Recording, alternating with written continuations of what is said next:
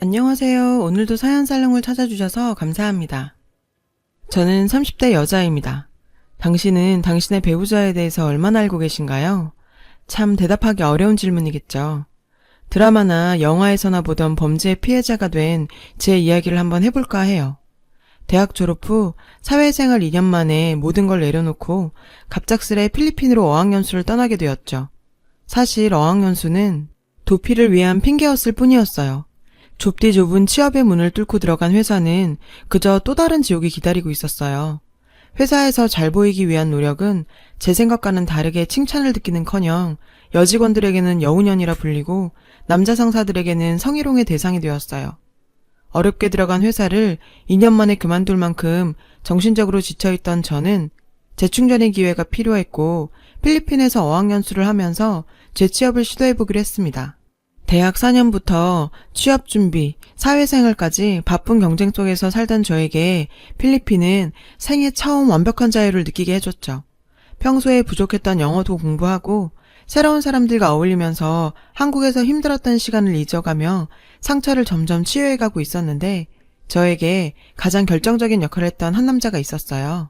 어학원에서 한국인 매니저였던 그는 첫날부터 제 마음을 사로잡았는데요. 필리핀 세부공항에 도착한 저는 생애 처음 와보는 외국이라 모든 게 무섭고 어려웠어요. 픽업 장소를 찾지 못하고 공항 여기저기 헤매고 있었죠. 누가 건들면 금방이라도 눈물이 쏟아질 것 같던 저에게 공항 밖에 대기하던 택시 기사들은 계속 자기 차를 타라며 제 캐리어도 차에 실으려고 하는 통에 멘탈까지 나갈 지경이었는데 누군가 제 이름을 부르며 달려왔어요. 지연씨? 지연씨? 저를 픽업 나왔던 매니저인 그 남자는 제 짐을 실으려 하는 택시기사를 가로막아 섰고 저는 온갖 감정에 휩싸이면서 그 자리에 주저앉아 울어버렸어요. 첫 만남부터 찌질하게 눈물 콧물 흘리면서 우는 모습을 보여주면서 저희의 인연은 시작되었어요. 울고 있는 저를 달래며 너무 나오지 않으셔서 직접 찾으러 다녔다더군요. 공항을 울먹대며 배회하고 있는 저를 보고 왠지 명단에 적힌 김지연이 맞을 것 같다는 생각을 했답니다. 첫 만남이 임팩트 있어서 그런지 그에게 뭔가 모를 친밀감이 들었고 두렵기만 했던 어학연수 생활은 매니저였던 그가 있었기에 든든했어요. 휴양지로 유명한 세부답게 평일에는 영어 공부하고 주말에는 여러 섬을 돌면서 스노클링도 즐기고 다이빙도 즐기며 세부 생활에 적응할 때쯤 한국인 매니저들과 함께 카모테스라는 섬에 단체 여행을 가게 되었어요. 강렬한 첫 만남 이후 마음속에 그를 품고 있었던 저는 그와 함께 가는 여행이 설레었습니다. 카모테스에서 즐겁게 시간을 보낸 뒤 숙소에서 술자리가 한참 무르익었을 때 잠깐 바람을 쐬기 위해 밖으로 나온 저는 담배를 피는 그를 만날 수 있었어요. 평소에 담배를 극혐하던 제가 담배 피우는 모습마저 멋있어 보이는 걸 보니 제 눈에 콩깍지가 쓰인 게 확실한 것 같았네요. 그에게 용기 내서 해변 한 바퀴 걷지 않겠느냐며 제안했고 해변을 걸으면서 많은 대화를 나눴어요. 그러면서 제 관심을 표현했는데 놀랍게도 그건 저만의 마음은 아니었어요. 그도 역시 저에게 관심이 있어 표현하고 싶었지만 매니저인 본인이 학생과 썸을 탄다는 게 조금 부담스러웠다고 말했어요. 카모테스 밤하늘에 쏟아지는 별을 바라보며 마음을 확인한 저희는 커플이 되었습니다. 매니저와 학생의 신분? 문제로 의도치 않은 비밀 연애를 시작하게 되었어요. 그렇게 3개월이 흘러 무사히 어학연수를 마친 저는 완벽히 재충전을 마치고 한국으로 돌아오게 되었습니다. 그리고 그 역시 얼마 지나지 않아 한국으로 들어오게 되었고 더 이상 숨길 이유가 없었던 저희는 한국에서 1년간의 뜨거운 연애 끝에 결혼하게 되었어요. 시어머니의 반대가 있긴 했지만요. 한국으로 돌아온 남편은 필리핀에서의 경험을 살려 작은 유학원을 차렸습니다. 결혼 후 함께 유학원을 운영했어요. 누군가의 밑에서 일하는 게 아닌 내 일을 한다는 게 책임감도 들었고 힘들긴 했지만 담당하는 유학생들이 하나 둘 늘어나면서 쉬는 날 없이 바쁜 생활에 정신없는 나날들을 보내고 있었어요. 결혼 당시 별 이유도 없이 저를 반대했던 시어머니께서도 결혼 후 사업이 잘 되자 저와의 관계도 많이 좋아졌어요. 하지만 승승장구만 할 줄 알았던 유학원 사업은 참 어처구니 없는 일이 생기면서 하락세를 걷기 시작했죠. 당시 국내 유학원 중 업계 1위를 달리던 회사인 유학땡땡이 갑작스럽게 부도 처리가 되면서 200여 명의 유학생 피해자를 만들었거든요. 저희랑 전혀 관계없는 회사였지만 많은 유학생들이 유학원에 대한 이미지가 안 좋아지면서 유학생들의 발길이 끊어지는 걸 넘어 심지어 이미 유학가 있는 학생들의 환불 요청까지 쇄도하고 엄청난 타격을 받게 됐어요. 저희가 아무리 설명을 해도 업계 1위가 그렇게 부도당하는 걸 본 유학생들의 마음을 돌리기는 쉽지 않았습니다. 정말 큰 손해를 감수하고 환불해줄 수밖에 없었어요. 그때까지만 해도 시간이 지나면 문제는 해결될 거라고 생각했어요. 저희의 생각과는 다르게 한번 잃어버린 신뢰는 쉽게 돌아오지 않았죠. 업계 1위가 망한 후 중소유학원들의 부실한 경영들 역시 주목받으면서 유학생들은 유학원을 끼지 않고 개인적으로 가는 경우들이 늘어났습니다. 수입 없이 계속 빚만 늘어나게 되었고 결국 사업을 접을 수밖에 없었어요. 야심차게 준비했던 사업이 망하고 빚만 남게 되자 남편도 매일 술을 마시지 않는 날이 없을 만큼 술을 마셔대니 저랑 마찰도 많아지면서 다투는 일이 다반사였어요. 그리고 그동안 사이가 좋아졌다고 생각한 시어머니의 태도도 180도 바뀌셨어요. 시어머니 생신을 맞이해서 선물을 드리기 위해 방문한 시댁에서 우연히 어머님과 친구분의 대화를 듣게 되었는데요. 야, 네 아들 어떡하냐? 요즘 어렵다면서. 그러길래 내가 저번에 중매 선다고 할 때 받지 그랬어. 장인이 과수원 크게 해서 나중에 그거 물려받으면 떵떵거리면서 살 수 있었을 텐데. 아휴, 내가 내 발등 찍은 거지. 점쟁이도 여자가 아들 잡아먹는 팔자라고 둘 결혼시키지 말라고 해서 그렇게 반대했는데 아들놈이 고집을 부려서 결혼시켰더니. 그렇게 시어머니가 결혼을 반대했던 이유를 처음 듣게 되었어요. 정말 어처구니가 없었죠. 겨우 점쟁이 말을 믿고 그렇게 결혼 반대를 하신 건지. 처음부터 마음에 안 들었어. 걔네 엄마 뭐 하는지 알아? 식당 청소해, 청소. 참 찌질이도 없는 애랑 결혼해서 우리 아들이 고생이지. 집안에 여자 하나 잘못 들여서 이게 무슨 꼴이니 정말. 자기 아들 사업 잘 안 되는 게 왜 내 탓인지, 그리고 가만히 있는 우리 엄마까지 씹고 물고 뜯는 건지 저도 더는 참을 수가 없었어요. 어머님, 말씀이 좀 지나치시네요. 갑자기 소리 지르며 나타난 저를 보고 어이없다는 듯이 쳐다보시는 시어머니께서는 너 어디서 소리 질러? 손님 계신 거 안 보이니? 제가 재석씨 사업 망하게 했어요? 그게 왜 제 잘못이에요? 그리고 가만히 있는 우리 엄마를 왜 그렇게 씹으세요? 지질이 없어도 평생 모으신 돈 사위 사업한다고 5천만 원이나 투자하신 분이에요. 어머님은 도대체 뭘 해주셨는데요? 이게 어디 시어머니 앞에서 소리를 질러. 손님까지 있는데. 아, 청소하는 애미 밑에서 배운 게 뭐 있겠어. 네 팔자가 사나워서 우리 재석이 잡아먹은 게 네 탓이지 누구 탓이야. 제 팔자 타령하면서 친정엄마를 모욕하는 시어머니와 더는 대화를 나누고 싶지 않아 집으로 돌아왔어요. 그날 밤 남편은 잔뜩 술에 취한 모습으로 들어와서는 다짜고짜 저에게 소리치더라고요. 네가 뭔데 우리 엄마한테 그렇게 소리를 질러? 엄마 말대로 그냥 그때 중매받아서 결혼할 걸 그랬어. 팔자에도 없는 너랑 결혼해서 내 인생 이게 뭐야. 다시 돌아가면 너 같은 애 절대 안 만나. 술에 취하면 진심이 나온다고 했나요? 저도 사업이 어려워지면서 달라진 남편 모습에 참고 참았습니다. 아무리 만칠하지만 저렇게 떠들어대는 남자와는 더 이상 살 수가 없었어요. 재석씨, 그럼 이제 우리 그만하자. 이혼해. 서류는 내가 준비할게. 우리 엄마가 투자한 돈 안 돌려받을 테니 깔끔하게 이혼하자. 그래, 듣던 중 반가운 소리네. 이혼해, 이혼.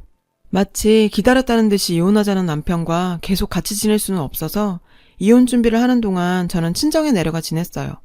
그렇게 일주일 정도가 지났을까요? 저희 집으로 남편과 시어머니가 찾아왔고 쭈뼛쭈뼛대며 시어머니께서는 저희 엄마에게 사과하셨어요. 아휴, 사돈, 제가 순간 마음에도 없는 말을 해버려서 우리 지연이가 상처받았나 봅니다. 지금 제 아들놈하고 많이 반성하고 있으니 한 번만 너그럽게. 완전히 달라진 모습으로 나타난 남편과 시어머니는 저와 엄마에게 사과하며 이혼하지 말고 잘 살아보자고 저를 달래더군요. 저희 친정엄마도 살다 보면 원래 이런 일 저런 일 다 있다며 이렇게 직접 찾아와서 사과까지 하는데 한 번만 용서해주면 어떻겠냐는 제안에 일단 집으로 돌아가기로 했어요. 분명히 예전 같은 모습은 아니었지만 남편은 나름대로 저희 관계를 회복하기 위해 노력했어요. 저도 그런 모습에 닫혀있던 마음이 약간은 풀리는 듯 했죠. 그러던 어느 날 남편이 지난 날은 잊고 새로 한번 시작해보자며 여행을 가자고 하더군요. 저희 부부가 다시 시작하기 위해선 뭔가 재충전할 시간이 필요한 건 맞았습니다. 아직 빚도 남은 상황이라 여행을 통해서 앞으로의 삶도 계획해보기로 했어요. 그렇게 떠나게 된 제주도 여행은 필리핀에서의 연애 초기가 생각날 정도였고 남편도 사업하기 전 제가 좋아하던 그 모습으로 돌아갔다는 착각이 들 정도였어요.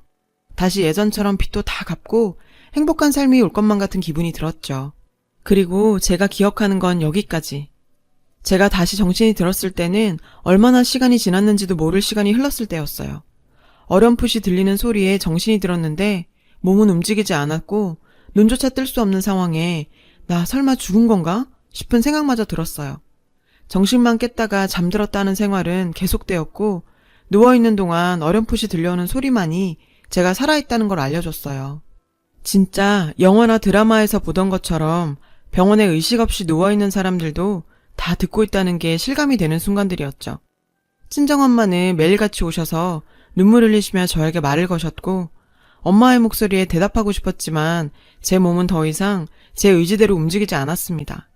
얼마나 지났는지 무슨 일이 일어나는지도 모른 채 병원 침대에 누워 있었는데 남편이 누군가와 대화하는 소리가 들렸어요. 설마 안 죽는 건 아니겠지? 이게 도대체 무슨 말인지, 안 죽는 건 아니라니? 무슨 말인지 정말 의아하더군요. 재석아, 걱정하지 마라. 의사 선생님 말 못 들었니? 깨어나기 힘들 거라잖아. 빨리 얘가 죽어야 우리 빚도 갚고 너도 새로 시작할 수 있을 텐데. 너도 네 몸 걱정이나 하렴. 너도 사고 때 많이 다쳤잖니. 분명 시어머니의 목소리였죠. 그 둘의 대화는 마치 제가 죽기를 바라는 듯 했고 내가 죽어야 빚을 갚을 수가 있다니? 도저히 이해할 수 없는 대화는 제 머릿속을 온종일 떠나지 않았어요. 그 후로도 병실에서의 그 둘의 대화는 계속되었고 저는 이 인간들이 빚을 갚기 위해서 제 사망보험금을 노리고 일부러 사고를 냈다는 사실을 알게 되었어요. 그때부터 저는 진짜 이대로 죽으면 안 된다는 생각이 들었어요. 어떻게든 깨어나서 복수해야겠다는 생각밖에 안 들었습니다. 제 바람에 기적이 일어났던 걸까요? 조금씩 손가락도 움직여지고 눈도 떠지면서 마비됐던 몸이 점차 풀려가는 게 느껴졌어요. 그 인간들의 그 악마 같은 모습의 증거를 잡기 위해서 친정엄마가 왔을 때 힘겹게 눈을 떴어요. 너무 놀라서 의사 선생님을 부르려는 엄마를 말리며 잘 나오지 않는 목소리를 짜내면서 말했어요. 엄마, 녹음기 좀 준비해줘. 알리지 마. 나 깨어난 거. 엄마는 어리둥절한 듯 보였지만 제 말대로 녹음기를 준비해 주셨어요. 녹음기를 침대 사이에 끼워놓고 그 인간들이 이야기를 할 때마다 녹음했어요. 아, 진짜 아주 징글징글하게 안 죽네. 어차피 죽을 거 빨리 좀 죽어주지. 더럽게 목숨줄 질기네. 내가 그때 더 확실하게 사고를 냈어야 됐는데. 그래, 그때 조금만 확실히 했으면 이렇게 쓸데없이 시간 보낼 필요도 없었는데. 제가 깨어난 걸 꿈에도 모르던 그 인간들은 갈수록 노골적으로 제가 죽기를 바랐지만 이미 저는 완전히 깨어났는데 말이죠. 어느 날 제가 깨어났다는 소식에 헐레벌떡 그 인간들이 병실로 뛰어왔고 제가 깨어나 앉아있는 모습에 그 둘은 사색이 되었었는데요. 자기랑 어머님은 표정이 왜 그래? 나 깨어났는데 안 기뻐? 기쁘지. 기뻐. 정말 다행이다. 아, 당신이랑 시어머니가 기쁠 리가 없지. 내가 죽어야 내 사망보험금 받을 수 있었을 텐데. 아쉬워서 어째? 제 말 한마디에 그 둘은 얼굴이 파랗게 질려버렸어요. 그게 무슨 말이야? 나 죽이려고 일부러 사고 냈다면서. 너 빚도 갚고 새로 시작해보겠다고. 나 누워있을 때 왜 이렇게 안 죽느냐며 고사 지내더니 뭐 모른 척이야. 어머, 얘 봐라. 사고 나더니 머리를 다쳤나. 나랑 네 남편이 너 누워있는 동안 지극정성으로 보살펴서 깨어나서는 뭐? 말도 안 되는 소리를 하고 있니? 이러려고 일부러 우리 집 친정까지 찾아와서 이혼하지 말라고 말리신 거예요? 너희 모자는 다 계획이 있었군요. 밖에 경찰 기다리고 있으니 억울하시면 거기에 가서 말하세요. 경찰분들이 들어오셨고 두 인간은 보험금을 노린 고의 교통사고 살인치사 혐의로 체포되었죠. 시몬은 그때까지도 전현이 머리를 다쳐도 한참을 다쳤네. 경찰 양반, 저 미친 여자 말만 믿고 지금 이렇게 행동하는 겁니까? 증거 있어요, 증거? 네, 증거 있네요, 여기. 그 인간들의 목소리가 나오는 녹음기를 틀자 그 둘은 서로를 쳐다보며 아무 말을 못했고 경찰들은 그 둘을 긴급 체포했습니다. 경찰 조사 결과는 정말 말이 안 나올 정도로 충격적이었어요. 평소 제가 보험을 많이 들고 있었고 교통사고 사망 시에 사망보험금이 8억 가까이 나온다는 사실을 남편이 알았던 거죠. 저를 죽이기로 결심했다고 했는데요. 사람들이 의심을 피하고자 자기가 다쳐가면서 직접 사고를 냈고 블랙박스 확인 결과 사고 직전에 제가 타고 있는 조수석 측으로 핸들을 틀어버리는 장면도 고스란히 찍혀 있었습니다. 더 충격적인 건 그런 아이디어를 준 사람이 바로 시어머니였어요. 본인이 TV에서 봤다면서 피해자가 죽으면 고의성 입증이 쉽지 않다며 걱정하지 말라고 아들을 독려했다고 해요. 참, 아들이 사람을 죽인다는데 말리기는커녕 오히려 같이 동참하는 걸 보니 그 어미에 그 아들답다는 생각이 들었어요. 본인 목소리로 범죄를 시인하는 녹취 덕분에 사건 처분은 빨리 진행되었고 꼴에 자기 엄마라고 자기가 모든 범죄를 했다고 자백했다고 하더군요. 재판장에서 그 남자의 모습은 그저 초라하기 그지없는 범죄자의 모습이었고 시몬은 아직 본인의 잘못을 반성하지 못하는 듯 했어요. 니년 때문에 내 아들이 적골이 됐어. 이 남편 잡아먹으려나. 어디서 년년거려. 당신 아들 내가 잡아먹은 게 아니라 당신이 잡아먹은 거야. 아들이 사람 죽이겠다는데 말리지는 못할 망정 사람 죽이라고 시키는 어미가 세상에 어딨냐. 당신 때문에 당신 아들 저렇게 된 거니 남 탓하지 마. 제 사망보험금을 노리고 고의사고를 낸 혐의로 남편은 징역 3년을 받게 되었어요. 평생 감옥에서 썩어도 모자랄 판에 3년이라니. 하지만 보험사에서는 저 사고로 제가 사망했으면 3년은커녕 사망보험금 8억을 그대로 받았을 거라고 하더군요. 제가 살아남아서 보험사로서도 다행이라며 제 치료비와 사고에 따른 보험금은 지급해 주셨어요. 아직도 제 몸이 완전 정상은 아니라 병원 치료받으며 지내고 있지만 정말 저승문턱까지 갔다 오다 보니 살아있다는 게 이렇게 소중할 수가 없네요. 여러분도 자신을 좀 더 사랑하고 행복한 삶 꾸려나가시길 바랍니다. 여러분, 사연 댓글에 응원과 현명한 조언 부탁드려요. 좋아요와 구독은 저에게 큰 힘이 됩니다. 오늘도 좋은 일 가득하세요.